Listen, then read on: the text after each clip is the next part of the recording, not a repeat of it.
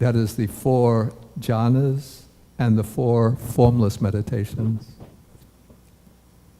And the method to attain it is explained in the Visuddhimagga, path of purification. One enters into each of the meditative attainments in sequence, and then comes out and then contemplates it as impermanent, dukkha, and non-self. So it goes into the first jhana, comes out, contemplates anicca, dukkha, anatta, goes into the second jhana, comes out, contemplates anicca, dukkha, anatta, and then goes through third jhana, fourth jhana, first formless attainment, second formless attainment, third formless attainment, in the same way. Attain it, come out, contemplate impermanent, dukkha, non-self. Then one makes the determination to go into the attainment of cessation, and then one has to do some other preliminary determinations. Then one will go into the 4th formless attainment, the base of neither perception nor non-perception, and then one remains in there for a few turns of consciousness, and then everything comes to an end, all the mental activity. Perception, feeling, all the mental activities stop, and one is in cessation. And one could stay in there for as long as one determines, a day, 3 days, up to the 7 days, it said. And then it said in the case, maybe this is commentarial, when the monk comes out of the attainment of cessation and then goes on alms round, the offerings made to him or to a nun would be of the greatest power of merit. So that is why it said that those who achieve these attainments, when they want to benefit the householders, they'll go into the attainment of cessation, come out, and then go on alms round. And so offerings made to them then become extremely meritorious. Okay, I want to, because we have still some section to complete of the sutta. So now we come to a new section of the sutta, and this is called this section deals with various kinds of ceto vimutti, liberation of mind. We'll hear deliverance of mind.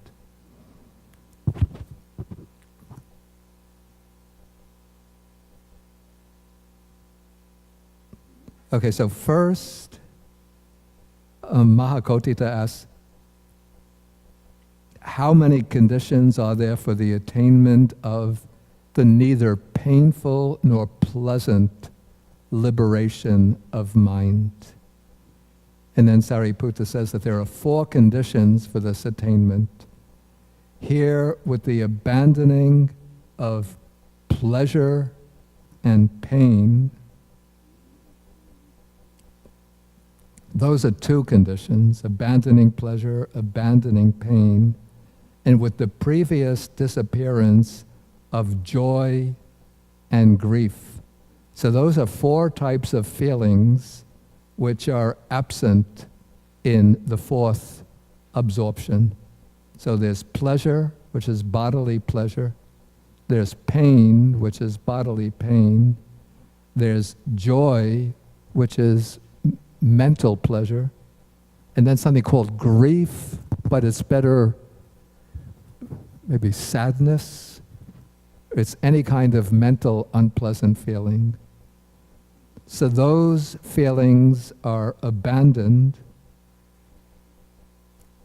And so with the abandoning of those 4 feelings, then one enters and dwells in the 4th jhana, which has neither painful nor pleasant feeling and purity of mindfulness due to equanimity. So those are the 4 conditions for attaining the neither painful nor pleasant liberation of mind. So it's the abandoning of the four other feelings. So the only feeling that remains is neither painful nor pleasant feeling.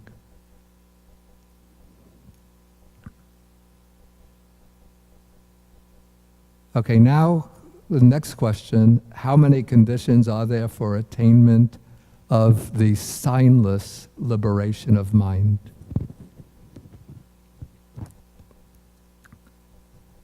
Okay, this will be the liberation, this will be what we call the supramundane or world-transcending liberation of mind.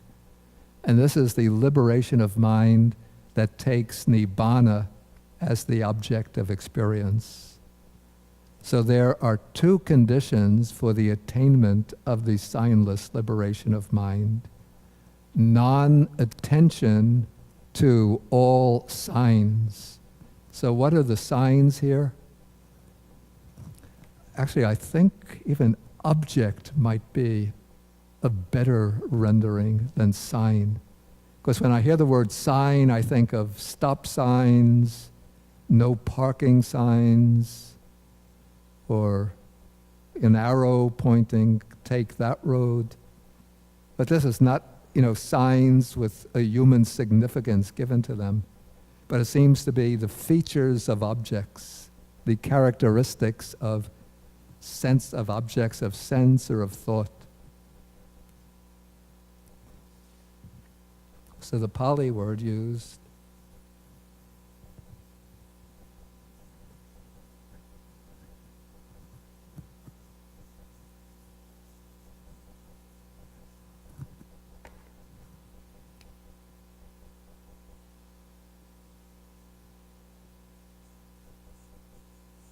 nimitta.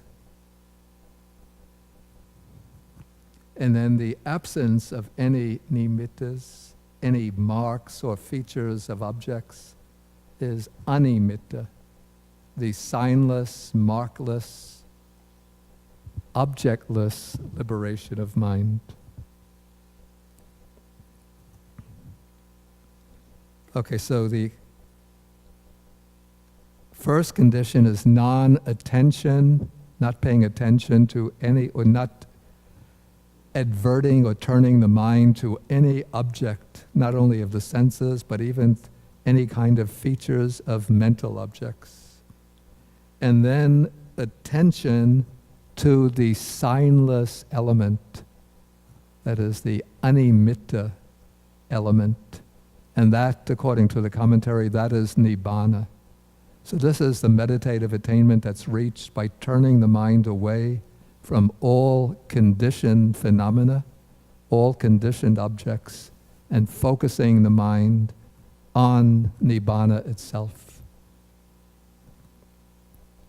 This is a kind of meditative attainment which is accessible only to the Aryan persons, to the noble ones. Particularly, probably most easily accessible only to the arahats.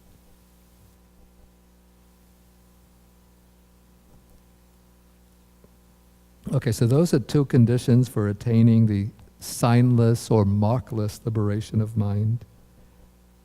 Okay, then what are the conditions for the persistence of the signless liberation of mind?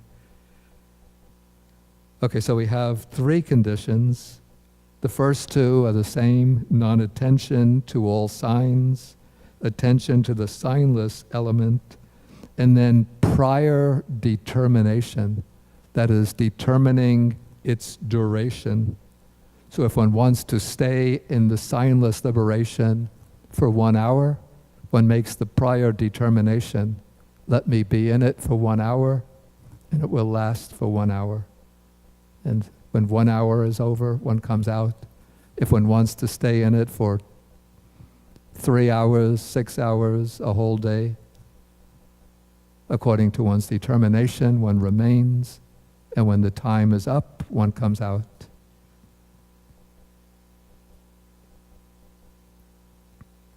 And that leads into the conditions for emerging from the signless liberation. That is, when the mind turns away from the signless element, away from nibbana, and takes up some other object of thought. And when that happens, then one emerges from the signless liberation.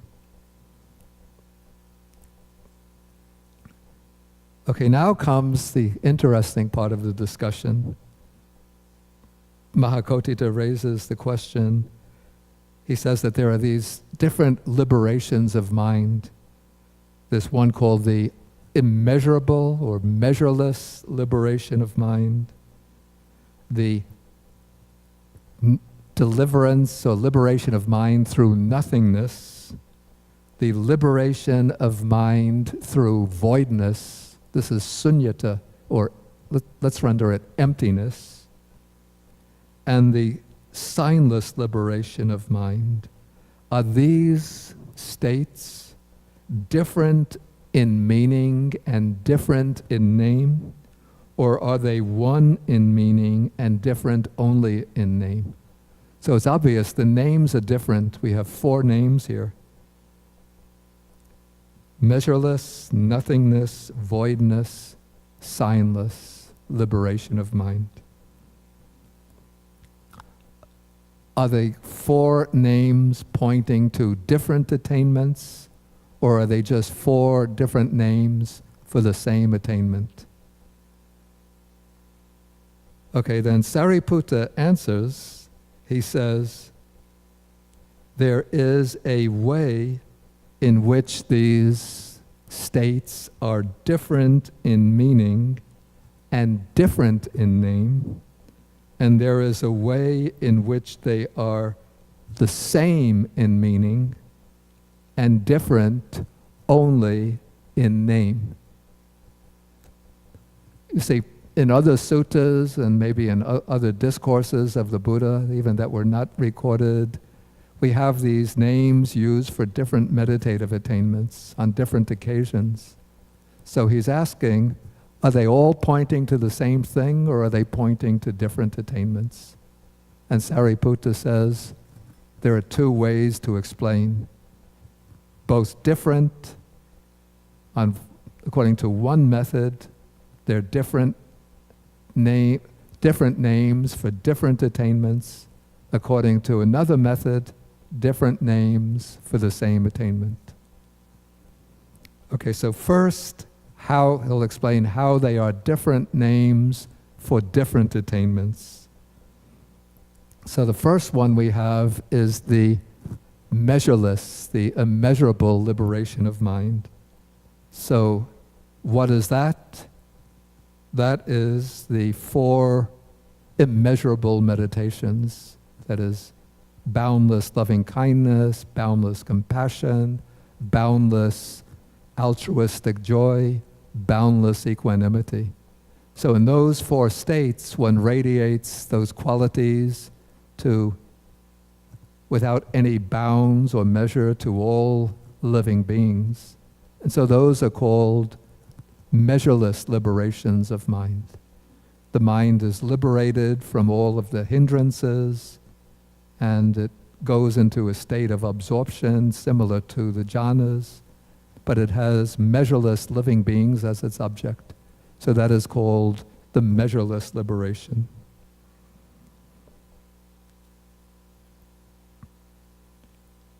Okay, then comes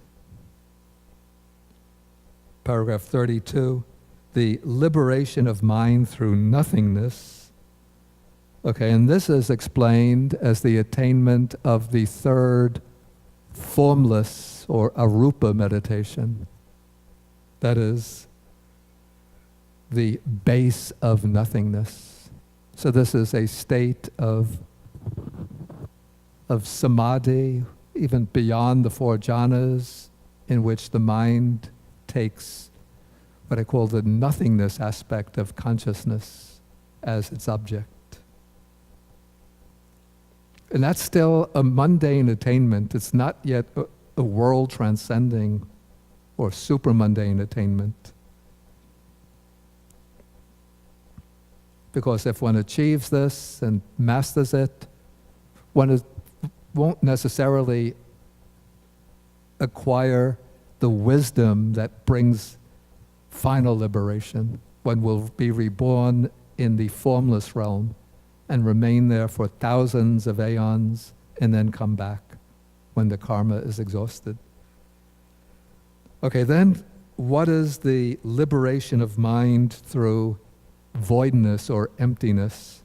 And this is explained in terms of the contemplation of non-self.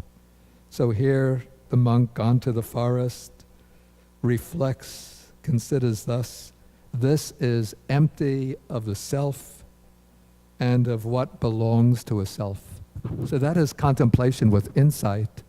And that contemplation will lead to final liberation. But in the stage of insight, it's still technically called a mundane achievement, because it takes as its object the five aggregates. One is examining the body, feelings, perceptions, mental activities, consciousness, and seeing that they are all sunya, empty of a self or anything relating to a self.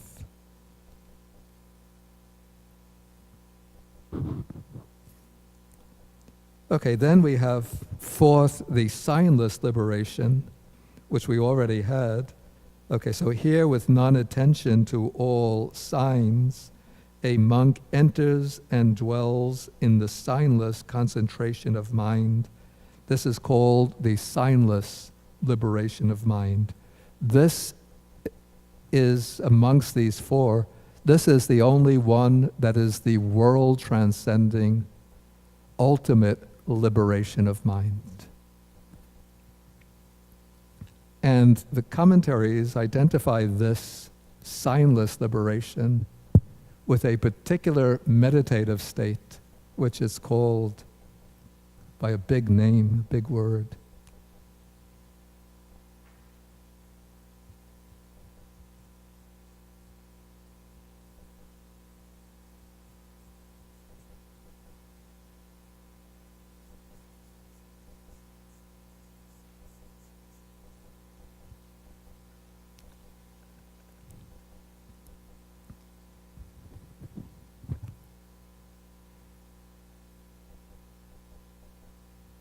Arahata Pala Samadhi.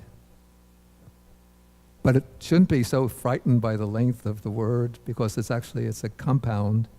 So the base is samadhi, concentration, or actually, I'm sorry, it should be samapatti.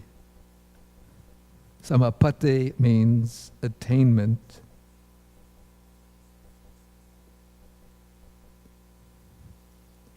Okay, so the base is samapatti, attainment. Then pala means fruit. And arahata is arahatship. So this is the attainment of the fruit of arahatship. So this is a particular meditative attainment accessible to the arahat, through which he'll directly experience the unconditioned state nibbana. Even with the conditioned body and mind, one experiences the unconditioned. And since nibbana is without the marks of conditioned things, or the signs of conditioned things, it's called signless, markless, featureless. Okay, so in this way, we have four distinct states, four distinct liberations. The liberation through boundless, loving kindness, compassion, and so on. That's the measureless liberation. The nothingness liberation is the attainment of the third formless absorption, the base of nothingness. The emptiness liberation is the contemplation of the body and mind as being non-self. And then the signless liberation is, or markless liberation, is the world-transcending liberation, the fruit of arahatship. Okay, now we come to the other method, This is the method by which these states are one in meaning, that is, they designate the same thing, but they're different only in name.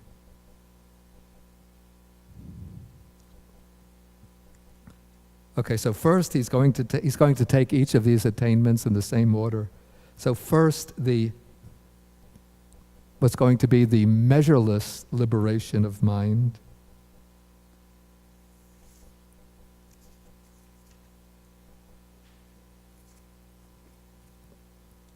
So he says, lust is a maker of measurement, hate is a maker of measurement, delusion is a maker of measurement. Or we might, maybe to make this a little more intelligible, we could say lust, hatred, and delusion are limiting factors or confining factors, constricting factors. And so for a monk, or I have to add for a nun whose taints, whose defilements are destroyed, abandoned, cut off at the root,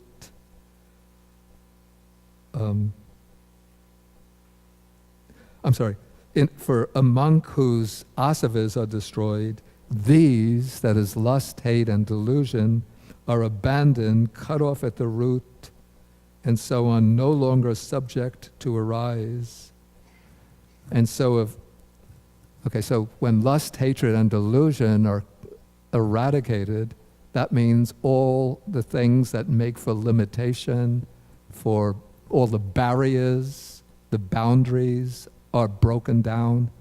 And so that state of mind then becomes measureless. And so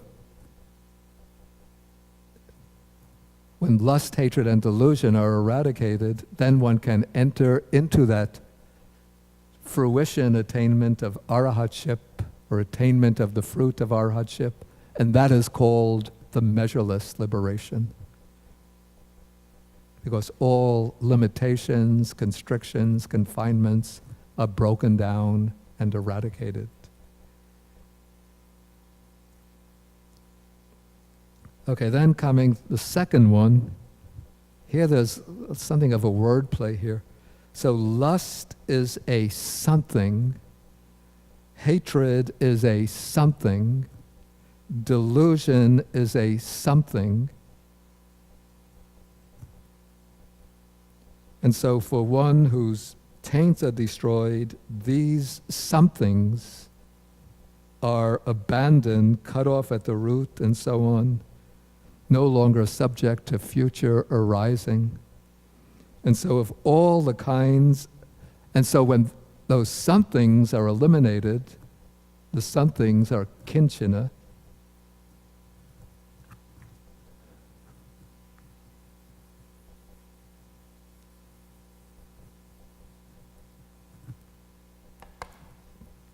The word for something is kinchana.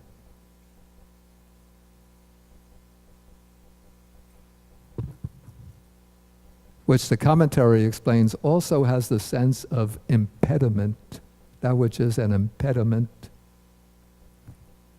So when this is eliminated, then there is akinchana, which means nothing. And that attainment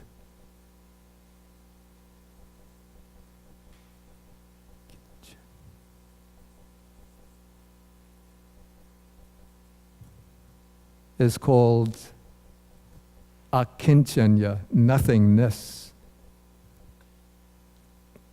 But this is different. It's not the same as the third formless meditation, but this is the fruit of arahatship, which is called the nothingness liberation, because the somethings of lust, hate, and delusion have been eliminated.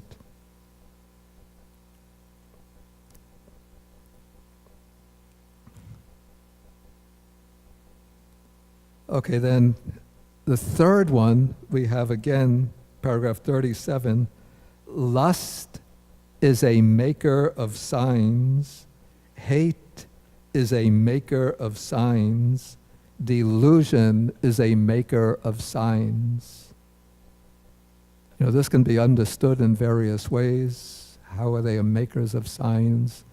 The way I would understand it is that lust, hatred, and delusion, well, lust is a maker of signs in that it creates the appearance of things as being attractive. If you look at, say, put a diamond down here, and then I'm a multi-millionaire who collects valuable items, or I'm a woman who loves beautiful jewelry, then I look at that diamond and I think, oh, I want this. It's so beautiful, so attractive. But, I look at it and, it's sparkling and nice to look at, but it doesn't have any significance of being attractive, something that I want. Okay, hatred, when you have hatred, and then there's a person that you have a grudge against walks into the room, then your mind projects all sorts of imaginings about that person. That's a nasty guy, a bad guy, rotten guy. The mind sort of cringes when that guy walks into the room. So it's projecting all sorts of significances onto that appearance. But if one is free of hatred, then that person comes into the room, and if he's really a nasty guy, then you just have compassion for him. But in most cases, he'll just be an ordinary fellow, and so you just observe it as a form coming into the room. And then it's through delusion that all kinds of significance are ascribed to things. The ideas of permanence, pleasure, self in particular. Okay, so when the monk has eradicated the defilements, then these lust, hatred, and delusion are eliminated. And so there's no longer any making of signs. And so this then becomes the access to the signless or markless liberation of mind.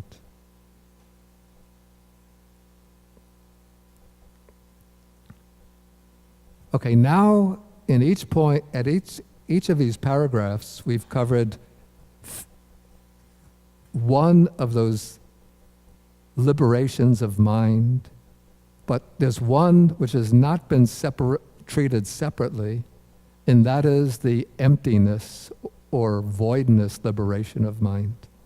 But that is connected to each of these three by the last sentence when it said, taking paragraph 35, for example, it says, of all the kinds of immeasurable deliverance of mind, the unshakable liberation of mind is pronounced the best.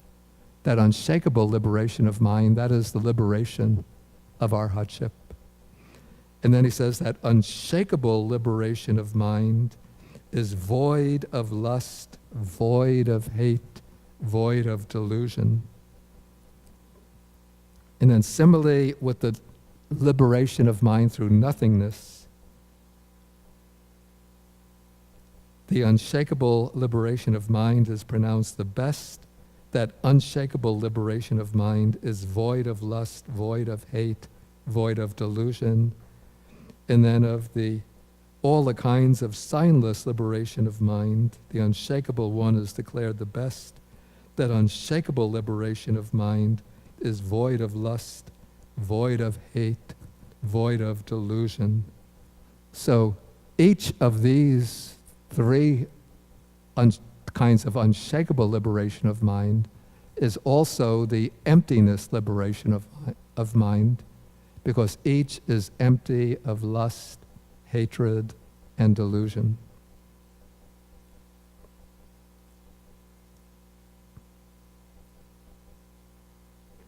Okay, so that is the way in which those states are one in meaning, or in other words, they're pointing to the same thing. They signify the same attainment, but they're just different names for that attainment. And that attainment that they're referring to, again, it's the arahata phala samadhi, the attainment of the fruit of arahatship.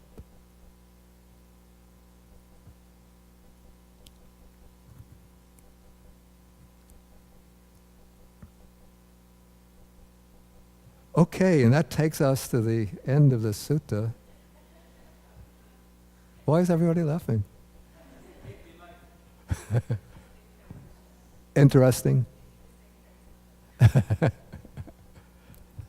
So, any questions that come up? Uh-oh. Now, this is a particular sign, is it? In which dosa, my aversion, is going to get provoked and project some unhappy feelings onto that noise. Unless I can go quickly into the perception of feeling, cessation of perception and feeling for 5 minutes or 3 minutes.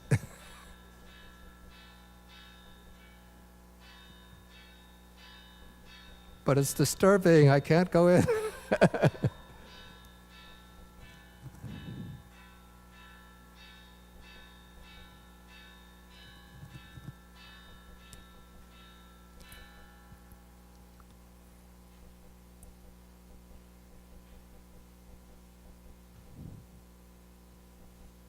So any questions? Or you can just think about it and then save the questions. We'll come back at 12. Yeah, we usually come back here. Now I'm getting a little mixed up. 12:15, right? Yeah, 12:15 for a question and answer session. Okay, so let us end with the sharing of the merits. And this is the end of our Majjhima Nikaya course, which went on now for 7 years. And so next time, for the next 5 weeks, we're having a day-long sessions on Saturday on what are called the 4 protective meditations. That is the meditation on the qualities of the Buddha, the meditation on loving kindness, meditation on the parts of the body, and the meditation on death. And then each Saturday will be devoted to one of those subjects. Then the last Saturday we bring them all together.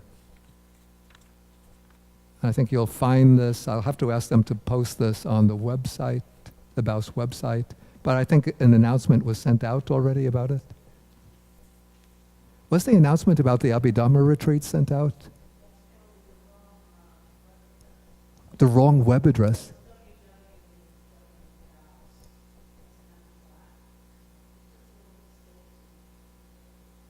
Oh, then I have to... Yeah, I'll have to ask them to look into that and correct it.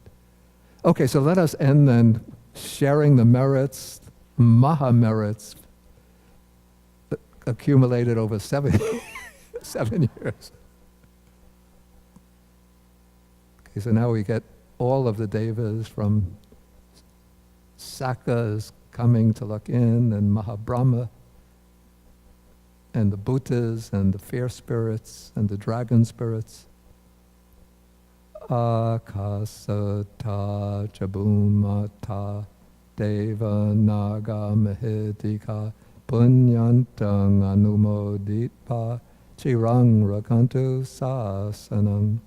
Akasata chabumata deva naga mahedika punyantang anumoditpa chirang rakantu desanam. Akasata chabumata deva naga mahedika punyantang anumoditva chirang rakantu mang parang.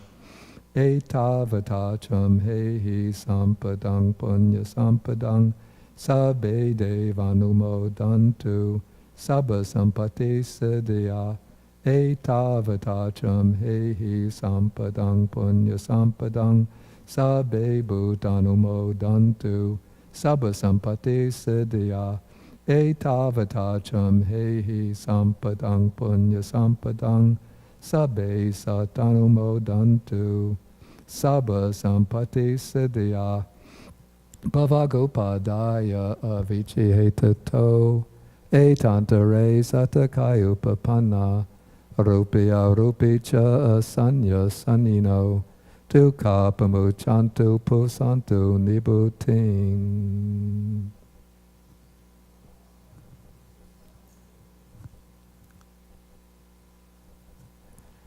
Okay, now, when I sent out the announcement about this class, I said that if anybody has not taken the 3 refuges before and would like to take it, we can do the ceremony today. Who would like to do the ceremony of taking refuge?